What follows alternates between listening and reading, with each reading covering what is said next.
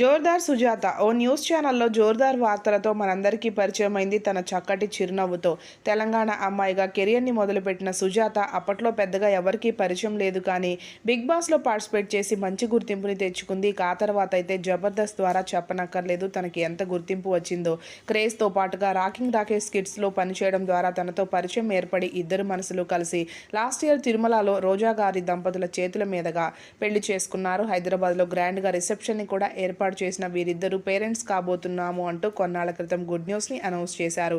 పెళ్లి తర్వాత సుజాత కెరియర్లో బిజీ అయింది. సేవ్ ద టైగర్స్ వెబ్ సిరీస్తో మంచి సక్సెస్ని అందుకుంది. అలాగే తన ప్రెగ్నెన్సీ జర్నీకి సంబంధించిన అప్డేట్స్ని ఎప్పటికప్పుడు షేర్ చేసుకునే సుజాత కొద్ది రోజుల క్రితం డెలివరీ అయింది. కానీ ఈ విషయాన్ని ఇంతవరకు అఫీషియల్గా అయితే అనౌన్స్ చేయలేదు.